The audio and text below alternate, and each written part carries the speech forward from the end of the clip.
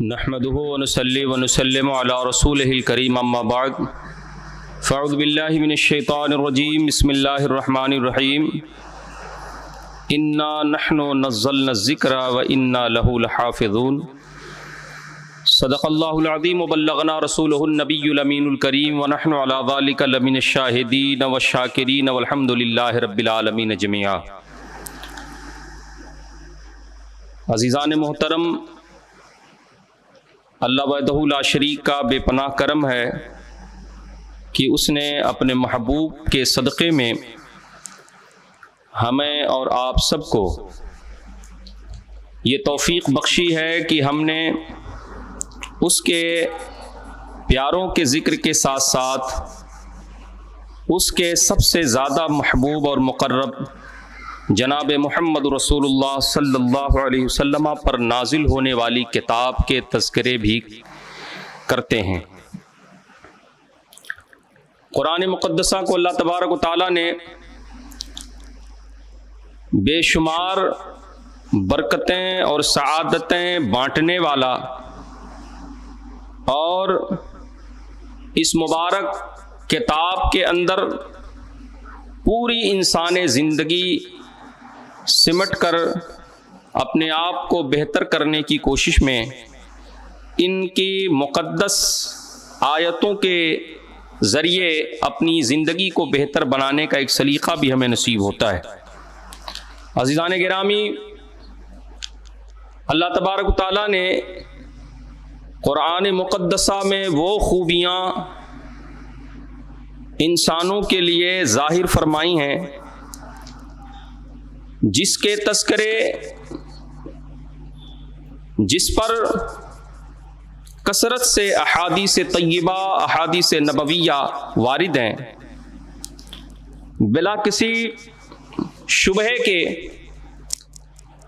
नबी कायनात सल्लल्लाहु अलैहि वसल्लम ने कुरान मुक़द्दसा की तिलावत पर,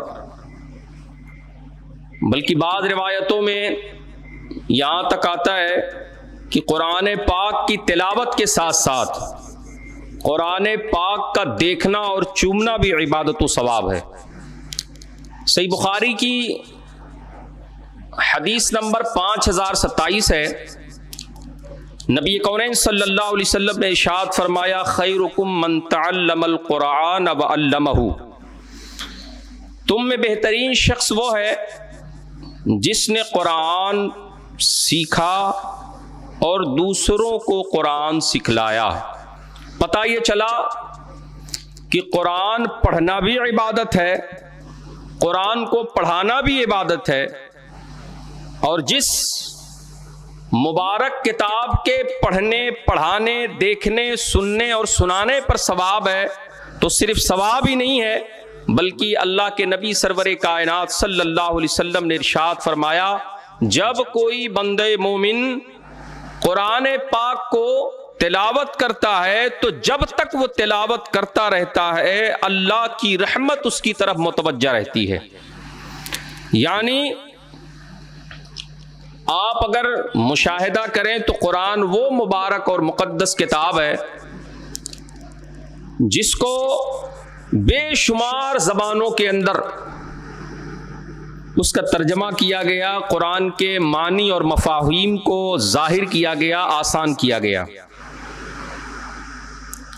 और इसी कुरान के मुताल्लिक अगर खिदमात देखी जाएं तो तकरीबन 450 से ज़ायद उलमाए कराम ऐसे गुजरे हैं जिन्होंने कुरान की खिदमत के लिए अपनी पूरी ज़िंदगी वक्फ फरमा दी। यकीन जाने कुरान मुक़द्दसा की हिफाजत का ज़िम्मा अल्लाह ने लिया है और सुबह क़यामत तक कोई भी शख्स जितनी मर्जी एड़ी चोटी का जोर लगा ले, कुरान में एक नुक्ता या एक ज़बर ज़ेर भी वो ना घटा सकता है ना बढ़ा सकता है। मुझे इमाम कुर्तबी की तफसीर कुर्तबी के अंदर एक रिवायत, एक वाक़या ज़िक्र मिलता है कि खलीफा मामून रशीद जो था वो कभी कभी साल में 1-2 मरतबा अपने वहाँ इल्मी मजलिस मुनाकिद किया करता था। उस इल्मी मजलिस में वक्त के बड़े बड़े उलमा और फुक़हा की जमात हुआ करती थी, जो इल्मी इबहास कायम करते, पेचीदा उलझे हुए मसाइल को चुटकियों में हल कर देते थे। और हुआ ये कि खलीफा मामून रशीद ने जब ये मजलिस कायम की तो उसी मजलिस के दरमियान एक ईसाई शख्स भी मौजूद था, जिसने जब बात की तो निहायत फसीह बलीग, वो अरबी का जानने वाला था। उसकी एक एक बात इतनी मजबूत और मुनासिब और बाहुसन थी कि खलीफा के दरबार में बैठे बड़े बड़े उलमा और मशाइख ने उसकी इल्मी बरतरी और फौकियत को तस्लीम किया। जब मजलिस ख़त्म हुई तो खलीफा मामून रशीद ने उस ईसाई से कहा कि अगर तुम मुसलमान हो करके यहाँ आते तो क्या ही अच्छा होता, क्या तुम मुसलमान नहीं हो सकते? उसने कहा कि जनाब, मैं जो है अपने बाप दादा के दीन से मुनहरिफ नहीं हूँगा, यानी अपने बाप दादा का दीन मैं नहीं छोड़ सकता। 1 साल के बाद ये मजलिस फिर मुतय्यन की गई, एक तारीख मुकर्रर कर दी गई कि फला तारीख को ये मजलिस फिर से मुतय्यन रखी जाएगी। उस मुतय्यना तारीख पर फिर से उलमाए किराम, फुक़हाए किराम और दीगर तमाम बड़े अकाबिर उलमा तशरीफ लाए और वो ईसाई भी आया। लेकिन इस बार उसने इस्लामी फ़िक़्ह पर जो दर्स दिया, इस्लाम की खूबसूरती पर जो उसने दर्स दिया, कुरान पाक के जामइयत पर जो उसने खिताब किया, तो सब के सब दांतों तले अपनी उंगली दबाए बैठे थे। अब जब मजलिस ख़त्म हुई तो खलीफा मामून ने पूछा कि पिछले साल जो तुम आए थे तो ईसाई थे, इस साल मुसलमान होने की वजह क्या है? खलीफा मामून ने जब पूछा तो उसने कहा, जनाब, मैं जब आपकी मजलिस से रुखसत होकर के अपने घर गया तो मैंने तौरेत के, मैं खत्ताती करता हूँ, यानी तहरीरें लिखता हूँ, किताबें अपने कलम से लिख करके उसे बेचता हूँ। मैं राइटर हूँ, लिखने वाला हूँ, खत्ताती करता हूँ। मैंने तौरेत के 2 नुस्खे 3 नुस्खे लिखे और उसको ले जाकर उन लोगों को बेचा जो उसके वो तलबगार थे, यानी यहूदियों को। वो शख्स कहता है कि जब मैंने यहूदियों को बेचा तो जो नुस्खे तौरात के मैंने लिखे थे उसमें कुछ गलती कर दी थी, कहीं घटा दिया था, कहीं बढ़ा दिया था, कहीं कम कर दिया, कहीं ज्यादा कर दिया। उन्होंने उस लिखावट की खूबसूरती को देखा और फौरन ले लिया, ना तो एतराज किया, न ये कहा कि इसमें कुछ घटाव और बढ़ाव है। फिर मैंने इंजील के भी कुछ नुस्खे लिखे और गिरजा घर जाकर एक ईसाई पादरी को भी वो बेच आया, उसने भी खरीद लिया। ना तो गौर किया कि इसमें कुछ घटाव बढ़ाव है, ना तो ये देखा कि इसमें कुछ घटाया गया है या बढ़ाया गया है, बल्कि उसने फौरन ही खरीद लिया। फिर मैंने कुरान भी लिखी। अल्लाह अकबर। वो शख्स कहता है, खलीफा, मैंने कुरान लिखा।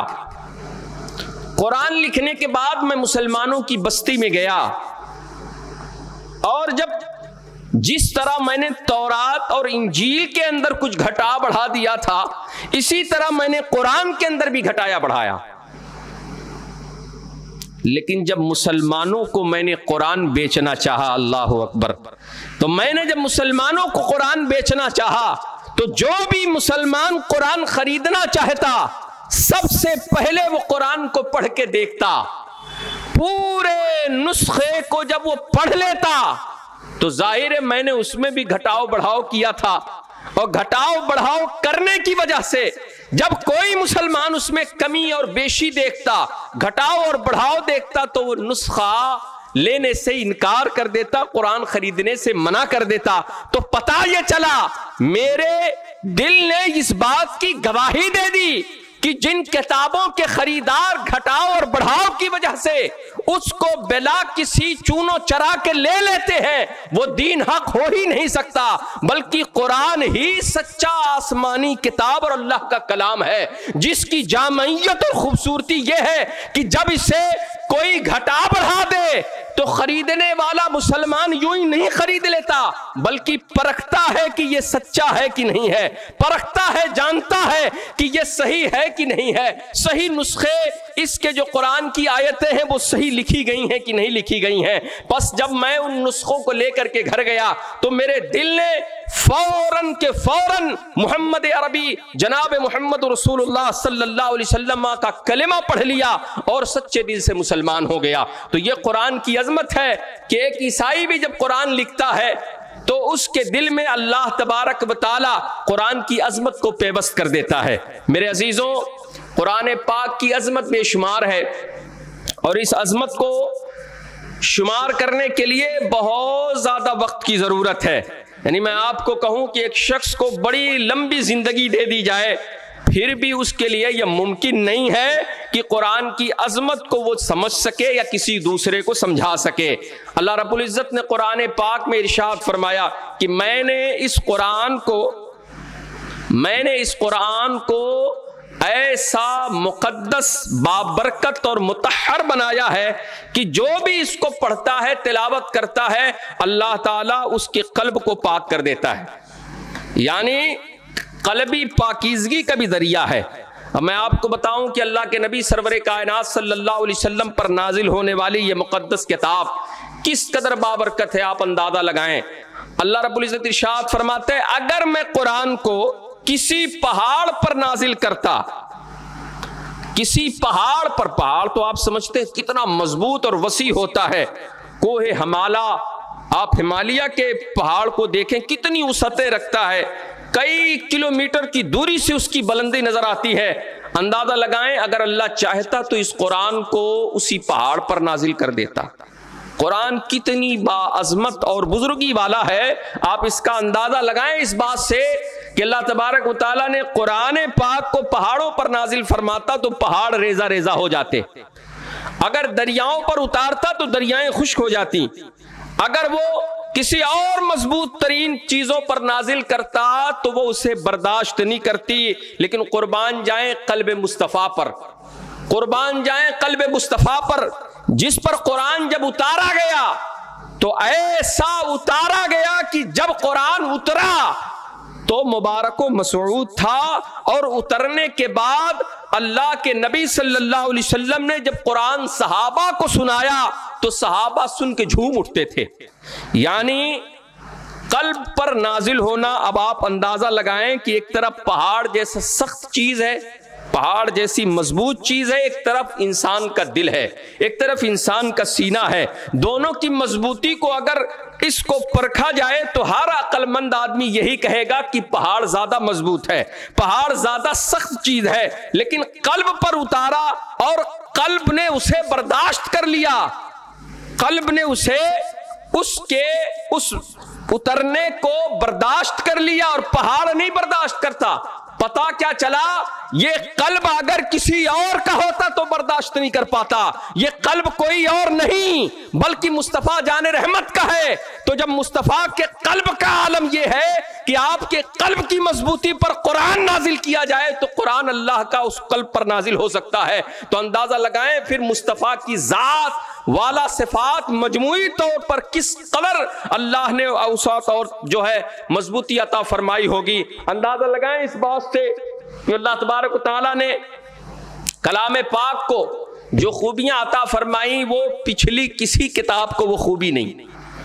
यानी तौरात, ज़बूर, इंजील, दीगर अंबिया व रसूल को भी सहीफे दिए गए, कुरानी किताबें दी गई, उनको सहाइफ जो दिए गए उनके अंदर जो अहकामात थे, जब कुरान नाजिल हुआ इन सारे अहकामात को मनसूख करार दे दिया गया। कुरान के आते ही एक फाइनल डिसीजन का नाम कुरान है। इस्लामी जिंदगी और नजरियात का अगर आप मुताला करें तो कुरान के इर्द गिर्द आपको ये दौड़ता हुआ नजर आएगा। कुरान पाक एक थ्योरी है, कुरान पाक एक ऐसी अजीम थ्योरी है जिसको अपनाकर अगर उसको अपनी जिंदगी में प्रैक्टिकली अपनाया जाए तो अल्लाह के नबी सल्लल्लाहु अलैहि वसल्लम की शरीयत और सुन्नत और सीरत का सही आईनादार हो सकता है। यानी आप सहाबे किराम को देखें, कोई एक आयत भी जब नाजिल होती और सहाबे किराम रसूलुल्लाह से उसे सुनते तो फौरन उस पर आमिल हो जाया करते थे। आप अंदाजा लगाएं, कुरान पाक को ऐसे मुबारक महीने में नाजिल फरमाया गया जो महीना तमाम महीनों में अच्छा, ऐसे दिन नाजिल किया गया जो तमाम दिन में अच्छा, ऐसे वक्त में नाजिल किया गया जो तमाम वक्तों में अच्छा। यानी कुरान की अजमतों बुजुर्गी का इतना ख्याल किया गया कि ना तो पहाड़ पर नाजिल किया गया, ना दरियाओं पर नाजिल किया गया, ना समंदरों पर नाजिल किया गया, बल्कि उसके लिए भी कल्ब मुस्तफा का इंतखाब हुआ। और आप अंदाजा लगाएं, आप हैरान रहेंगे कि इस वक्त दुनिया के अंदर तकरीबन 61 लैंग्वेजेस बोली जाती हैं, 61 जबानें जो मशहूर हैं। यूं तो 300 से जायद का फिगर है जो जबानें आमतौर से इस्तेमाल होती हैं, लेकिन अगर इंटरनेशनल लेवल पर देखा जाए तो 61 जबानों को बड़ी खास अहमियत हासिल है। आप देखें कि कुरान मुकद्दसा को सबसे ज्यादा, आज भी अगर आप एक मुहतात फिगर ले लें तो दूसरी किताबों की बनिस्बत कुरान को छापना, कुरान को जो है वो तकसीम करना लोगों में दूसरी किताबों से कई 100 गुना ज्यादा का एवरेज सामने आएगा। एक मुहतात रिवायत के मुताबिक जो हमने तकरीबन 2015 के मौका पर पढ़ी थी, हमने पढ़ा था कि कुरान एक अमेरिकी डाइजेस्ट है, the wall street of America. हमने उसमें पढ़ा था कि कुरान मुकद्दस 2015 की रिपोर्ट बता रहा हूं कि 2015 के अंदर कुरान मुकद्दसा की छिपाई और जो उसको लोगों तक पहुंचाने के लिए जो जराए थे वो इतने ज्यादा थे कि उस वक्त दुनिया के कागजात के इस्तेमाल में 6.39% दुनिया के जो कागज उस वक्त मौजूद थे उसका इस्तेमाल सिर्फ कुरान छापने के लिए किया जाता था। आप अंदाजा लगाएं कितनी बड़ी बात है ये। यानी तकरीबन 6.5% कागजात कुरान के इस्तेमाल में है। और ये अभी 2023 चल रहा है। अल्लाह ने करम फरमाया होगा तो पढ़ने वाले, पढ़ाने वाले, छपने वाले और छपाने वाले और भी बढ़ चुके होंगे। कुरान को बेशुमार जबानों में ट्रांसलेट किया गया, पढ़ने वालों ने फायदे भी उठाए। हम भी अगर अपनी जिंदगी में कुरान की अजमत को तस्लीम करते हुए अपनी जिंदगियों में कुरान को उतार लें तो यकीन जाने जो सहाबे किराम ने जो दर्स हयात नबी पाक से सीखा था, अगर हम भी कुरान को पढ़ें और समझें तो यकीन जाने वो दर्स हयात जो सहाबा से हम तक पहुंचा उस पर अमल करना हमारे लिए निहायत आसान हो जाएगा। अजीजान मोहतरम, कहना यह है कि आज अलमिया बहुत बड़ा यह है कि हम और आप कुरान की अजमतों बुजुर्गी को तस्लीम तो करते हैं, लेकिन उसके लिए हम इतने ज्यादा हसास नहीं है जितना होना चाहिए, इतने सीरियस नजर नहीं आते हैं। अगर तरावी में कोई हाई स्पीड हाफिज साहब इलाके या मस्जिद के लिए मशहूर हो तो बंदा वहीं का इंतखाब करता है कि उस मस्जिद में जाऊंगा, वहां बहुत तेज तरावी होती है, यानी 40 मिनट में 2 पारा खत्म, बंदा वहां जाना प्रेफर करता है। अफसोस का मकाम यह है, अपने किसी सरकारी काम के लिए अगर किसी दफ्तर में घंटों लाइन लगाना हो तो ना तो बंदा बोर होता है, ना तो बंदे के पांव दुखते हैं, ना तो बंदे को अपनी तकलीफें याद रहती हैं, ना तो किसी और मामले को वो तरजीह देता है। लेकिन जब भी कुरान पढ़ना हो, कुरान सुनना हो तो फिर हम इतने सीरियस नहीं हो पाते। हम हाई स्पीड हाफिज साहब का इंतजाम करते हैं। मुझे याद अच्छी तरह से, मैं नाम नहीं लूंगा उस जगह का, मुझे एक जगह बुलाया गया कि जनाब आप कोई हाफिज साहब बुला दें तरावी के लिए। हमने कहा ठीक है, सारी बात तय हो गई। हाफिज साहब तशरीफ भी लाए और हाफिज साहब से जब उन लोगों ने पूछा कि हजरत आप कितने देर में तरावी खत्म कर देते हैं, तो हाफिज साहब ने कहा जनाब हम पढ़ने के ऊपर डिपेंड करता है, कितना पारा आप पढ़वाना चाहते हैं उस हिसाब से हम टाइम बता देंगे। उन्होंने कहा मुझे 15 दिन में तरावी खत्म करनी है, रोजाना 2-2 पारे। हाफिज साहब ने कहा 2 पारा पढ़ाने के लिए कम से कम 1.5 घंटे लगेंगे। उन्होंने कहा नहीं, अगर आप 2 पारे को 1 घंटे के अंदर समेट सकते हैं तब तो पढ़ाइए। हमें हाफिज साहब का फोन आया, हाफिज साहब कहने लगे कि हजरत ये 1 घंटे में 2 पारा पढ़ने के लिए कह रहे हैं, जो मुमकिन तो है, लेकिन कुरान पाक की जो असल रूह है उससे महरूम रहूंगा मैं भी और ये भी। मैंने कहा जनाब आप वहां से चले आए। अफसोस का मकाम है आज उम्मत मुस्लिमा जो तबाही के अमी गड्ढे में पड़ी हुई है, उसकी एक बड़ी वजह यह है, इमाम बैहक़ी ने शोअबुल ईमान के अंदर और हाफिज इब्न अब्दुल बर ने भी इस रिवायत को जिक्र किया है, और इस रिवायत को बेशुमार मुहद्दिसीन ने रिवायत किया है कि अल्लाह के नबी सल्लल्लाहु अलैहि वसल्लम ने इरशाद फरमाया कि इसी कुरान को पढ़ने पर बहुत सारे लोग उरूज पाएंगे, बुलंदी पाएंगे, और इसी कुरान को छोड़ देने के सबब बहुत सारे लोग पस्ती में ढकेल दिए जाएंगे। यानी पता चला आज कुरान ये तय कर रहा है हमारा मेयार कि अगर हम कुरान को सही मानों में समझें, पढ़ें और उसको समझकर अपनी जिंदगी में उतारें तो हमारी जिंदगियां भी अल्हम्दुलिल्लाह सुम्मा अल्हम्दुलिल्लाह, इसको कुरानी जिंदगी कहना बेजा नहीं होगा, बल्कि अगर हम कुरान के अहकामात को मानकर कुरान के अहकामात को अपनी जिंदगी में उतार लें तो हमारी जिंदगी इंशाअल्लाह कामयाब तरीन जिंदगी कहलाएगी, सुकून व आफियत का जरिया होगी। हम आज जो बेसुकूनी के अंदर घिरे हुए हैं, आज हम जो ऐसे हालात में गोताजन है कि यार मैं क्या करूं, बड़ा परेशान हूं, मैं कहता हूं इसका वाहिद हल है असलाफ को देखें। इमाम आजम रोजाना शब में एक कुरान पाक को खत्म किया करते थे।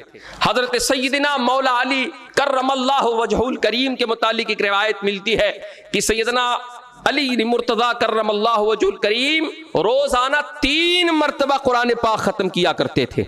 आप अंदाजा लगाएं, एक सहाबी रसूल, मैं आपको रिवायत बताता हूं, इमाम फखरुद्दीन राजी रहमतुल्लाह अलैह ने इसे जिक्र किया। वो कहते हैं कि अल्लाह के नबी सल्लल्लाहु अलैहि वसल्लम की बारगाह में एक सहाबी मौजूद थे और मलकुल मौत आए नबी पाक सल्लल्लाहु अलैहि वसल्लम की बारगाह में और उसके या रसूल अल्लाह आपके वो जो सहाबी बैठे हैं, मैंने उनकी जान कब्ज करनी है, उनका वक्त आ चुका है। नबी पाक सल्लल्लाहु अलैहि वसल्लम की बारगाह देखें, कुछ लोगों को जो नबी के इख्तियारात से चिढ़ होती है, आप अंदाजा लगाएं ये वो सही रिवायत है जिसको जानना समझना हमारे ईमान और अकीदे का हिस्सा है। नबी पाक सल्लल्लाहु अलैहि वसल्लम को रूह निकालने वाला फरिश्ता खबर दे रहा है, या रसूलल्लाह आपका फुला सहाबी जो बैठा है उसकी रूह मैंने कब्ज करनी है। सहाबी को नबी पाक सल्लल्लाहु अलैहि वसल्लम ने मुखातिब फरमाया कि तुम्हारा वक्त आ चुका है, मलकुल मौत ने मुझे खबर दी है तुम्हारी रूह निकाली जाएगी। हमारे और आपके लिए अगर ये मामला हो जाए ना तो हम तो बैठे बिठाए मर जाएं। मौत की खबर भी हमें इतना गमगीन कर देती है जितना वाकई मौत की तकलीफ भी शायद ना करे। मौत से बहुत डरते हैं हम, जबकि एक मुसलमान मौत से नहीं डरता, सिर्फ अल्लाह से डरा करता है। और जिसके सीने में अल्लाह का खौफ हो, मौत अपना खौफ जगह नहीं बना सकती है। साहबे रसूल से नबी पाक सल्लल्लाहु अलैहि वसल्लम ने फरमाया तुम्हारा वक्त आ चुका है। साहबी मुतमईन थे, चेहरा इतना इत्मीनान वाला था, इतना इत्मीनान वाला था कि मैं आपसे बयान नहीं कर सकता। रावी कहते हैं कि उन सहाबे रसूल ने करीब होकर मुस्तफा से कहा या रसूल अल्लाह मेरा वक्त तो करीब आ चुका है, कुछ ऐसी बात बता दें जो मेरे रब के हुजूर जब मैं पेश हुई तो आसानियां आ जाएं मेरे लिए। अल्लाह अकबर। नबी पाक सल्लल्लाहु अलैहि वसल्लम ने एक सहाबी को इशारा किया कि कुरान के फुला फुला नुस्खे लाए जाएं। इस रिवायत में इख्तिलाफ है कि कुरान का कौन सा नुस्खा उस सहाबी को दिया गया था। अलहासिल यह कि कुरान के कुछ नुस्खे उस सहाबी को दे दिए गए और नबी पाक सल्लल्लाहु अलैहि वसल्लम ने फरमाया इसे पढ़ते रहो। रावियों ने इस पर बहस करते हुए वो जो राय कायम की है, बाज ने कहा वो सूरह मुल्क की कुछ आयात थी, बाज ने कहा कि सूरह रहमान थी। हासिल कलाम ये उन सहाबी रसूल को जब कुरान का नुस्खा दिया गया वो तिलावत करते रहे और इधर मलकुल मौत ने अपना काम कर दिया, यानी उनकी रूह निकाल ली गई। अल्लाह अकबर। पता यह चला कि जब कुरान से हमारा रिश्ता मजबूत होगा तो हमारी जिंदगी में इत्मीनान और सुकून दाखिल होंगे और हमारी जिंदगी आसान से आसान तर हो जाएगी। अजीजान गिरामी, कुरान वो अजीम मौजू है, कुरान की अजमत इतना वसी मौजू है कि इसको किसी एक बयान या किसी एक तकरीर में समेट पाना मुझ जैसे कम इल्म के लिए नामुमकिन है। लेकिन मैं आपको बताऊं आज कुरान की कितनी अहम ज़रूरत है हमारी ज़िंदगी में, कि अगर कुरान ना हो तो हम किस कदर बेराहरवी के शिकार हो जाएंगे। आपने अंदाज़ा लगाया होगा, आप कुछ ना कुछ ख़रीदारी करते हैं, कोई इलेक्ट्रॉनिक सामान खरीदते हैं, मसलन कोई मोबाइल फ़ोन ख़रीदता है, कोई टीवी या कोई रेफ्रिजरेटर, कोई भी इलेक्ट्रॉनिक सामान खरीदता है तो उसके साथ एक छोटा सा बुक मिलता है।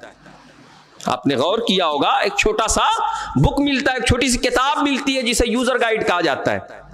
एक बुक मिलती है, उसमें उस इलेक्ट्रॉनिक आइटम से मुतालिक बेसिक मालूमात होती हैं। ये क्या है, क्यों बनाया गया है, अगर इसमें कुछ फंक्शनल खराबियां आ रही हैं तो कैसे दूर हो सकती हैं, यही उसमें लिखा रहता है।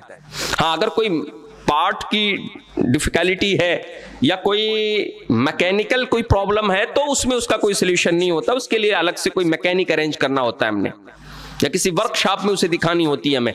लेकिन अगर छोटा कुछ फंक्शनल आदमी कुछ प्रॉब्लम फेस करता है तो उस यूजर गाइड के जरिए अपने उस आइटम, अपने उस इलेक्ट्रॉनिक चीज को दुरुस्त करने के लिए उसमें तरीके मौजूद होते हैं बिला किसी शुबहे के। जिस तरह मार्केट से खरीदे हुए किसी इलेक्ट्रॉनिक आला या आइटम को उसमें क्यों ये बनाया गया, इसका मकसद क्या है, उसके लिए एक यूजर गाइड मौजूद है। अल्लाह रब्बुल इज्जत ने भी इंसान को जब पैदा किया, ये स्ट्रक्चर बनाया, ये बॉडी बनाई, तो उसके लिए यूजर गाइड के तौर पर कुरान अता फरमाया और कुरान को वो तमाम बेसिक मालूमात का खजाना फरमाया कि अगर बंदा जानना चाहे वो क्यों पैदा किया गया, क्यों बनाया गया, तो कुरान इसका जवाब देगा। वमा खलक़तुल जिन्न वल इंसा इल्ला लियअबुदून। इंसान और जिन्नात अल्लाह की इबादत के लिए ही पैदा किए गए हैं।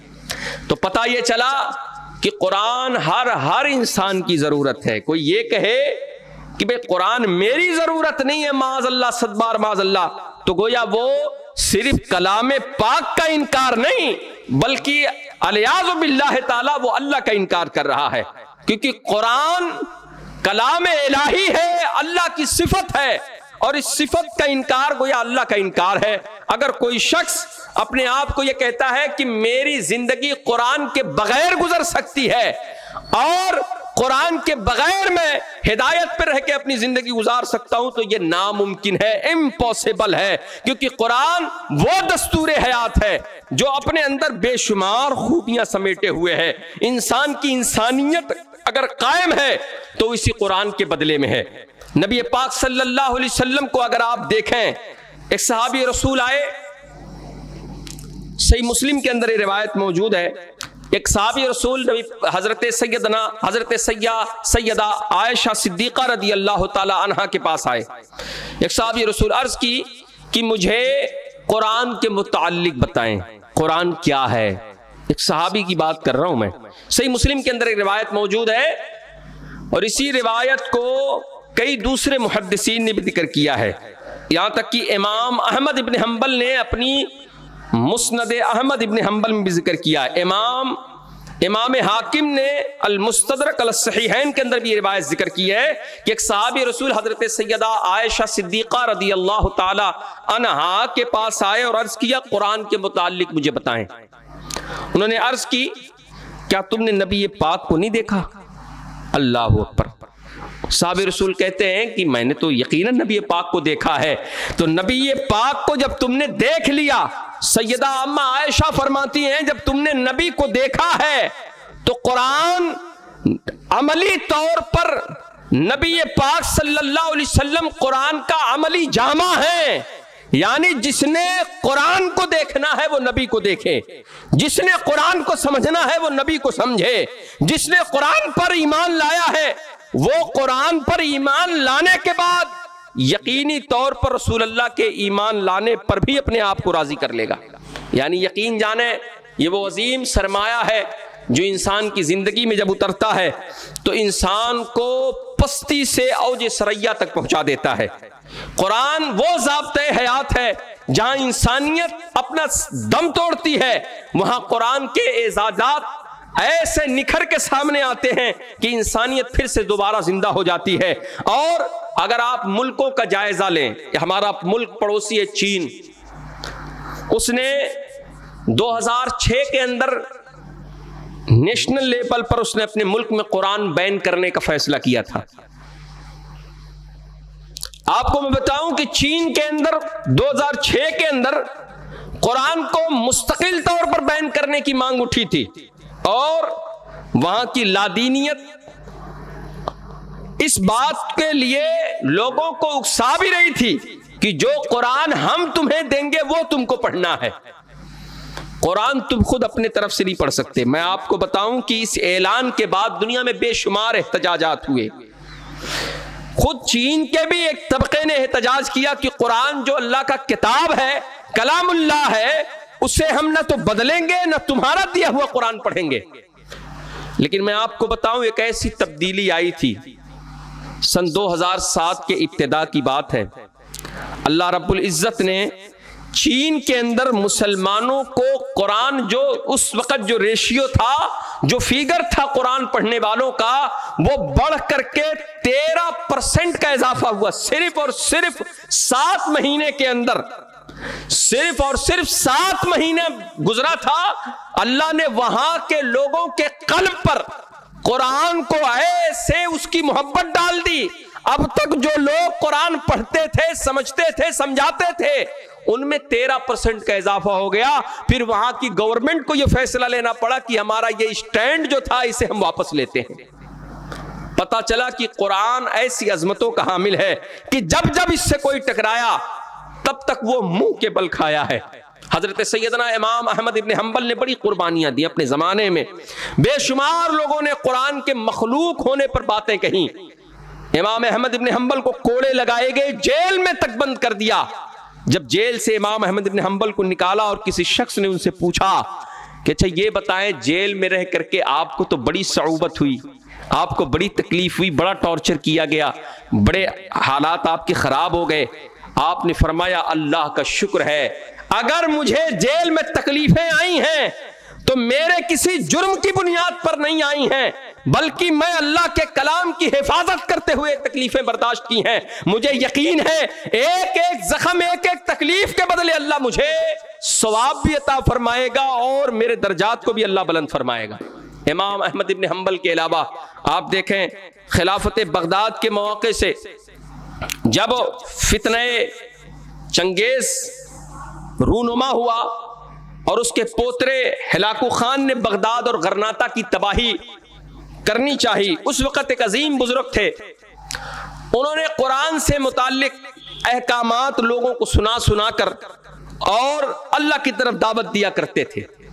हिलाकू खान को पता लगा, उसने ऐलान किया कि जो उस बुजुर्ग को जो कुरान समझा के लोगों को चौक और बाजारों में खड़े होकर लोगों को कुरान का दर्स देता है, उसे अगर पकड़ के लाया जाए तो उसे बेहिसाब किताब इनाम दिया जाएगा।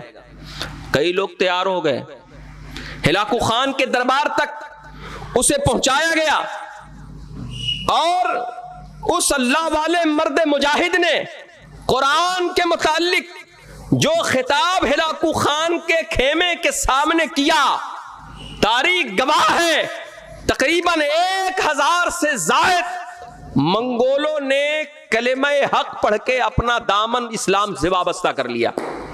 कुरान की अजमत यह है, कुरान को चलते फिरते पढ़ा जाए, कुरान को उठते बैठते पढ़ा जाए, कुरान को सोते हुए भी आप बाद औलियाए किराम की हालात जिंदगी को पढ़ें। हजरत बाहुबिल्ला को देख लें, हजरत सैयदना बायजीद बुस्तामी को देख लें, हजरत फखरे अहमद यजदानी को देख लें, हजरत ख्वाजा निजामुद्दीन दहलवी को देख लें। ये वो अजीम बुजुर्गान दीन हैं जिनके मुताल्लिक ये मुसल्लम बात है कि ये बुजुर्गान दीन कुरान पढ़ते पढ़ते इन पर जब नींद तारी हो जाती तो भी इनकी जबान हिलती रहती और जबान तिलावत करने से नहीं रुका करती। ये तिलावत जारी रखा करते थे। यानी आप ऐसे बन जाओ कि कुरान की तिलावत का इस कदर आदी आप हो जाएं, इस कदर आदी हो जाएं कि आप सोएं तो भी आपकी जबान कुरान की तिलावत कर रही हो, और आपसे कुरान की मोहब्बत और लगन का आलम यह हो कि आप सिर्फ मोहब्बत के साथ कुरान जब तिलावत करेंगे और इसका मामूल बना लेंगे, एक वक्त ऐसा भी आएगा आपका दिमाग सो जाएगा, आप पर नींद का गलबा आएगा, लेकिन इस जबान पे कुरान की तिलावत इंशाअल्लाह उल अजीज नहीं रुकेगी। अल्लाह ताला हम सबको कुरान की मोहब्बत की तौफीक अता फरमाए, और साथ ही साथ कुरान के मुक़द्दस और सुनहरे अहकामात को अल्लाह हमारी ज़िंदगियों में उस पर अमल की शक्ल में अल्लाह हमें तौफीक अता फरमाए, और कुरान के नश्र व अशाअत की भी अल्लाह तौफीक अता फरमाए। कुरान को समझने, पढ़ने और आम करने की अल्लाह हम सबको तौफीक अता फरमाए। मैं आखिर में गुजारिश करूँगा कि अपने नौनहालों को भी कुरान सही पढ़ने और समझने के लिए सही उस्ताद मुकर्रर करें, ताकि वो आपके लिए, आपके बच्चों के लिए सही कुरान पढ़ाकर उन्हें भी आपके लिए इसाले सवाब का जरिया बने। यानी अगर बच्चे सही कुरान पढ़ेंगे और आपके दुनिया से जाने के बाद भी वो आपके बख्शिश और आपके आमाल में इजाफे का सबब बनेंगे। अल्लाह ताला हम सबको कहने सुनने से ज़्यादा अमल खैर की तौफीक अता फरमाए। मैंने जो कुछ बयान किया अल्लाह उसे कबूल फरमाए। बयान करने में लफ्ज़न मानन किसी एतबार की गलती हुई हो मौला उसे मुआफ़ फरमाए। अस्तग़फिरुल्लाह रब्बी मिन कुल्लि ज़ंबिन व अतूबु इलैहि व मा अलैना इल्लल बलाग। अस्सलामु अलैकुम व रहमतुल्लाह।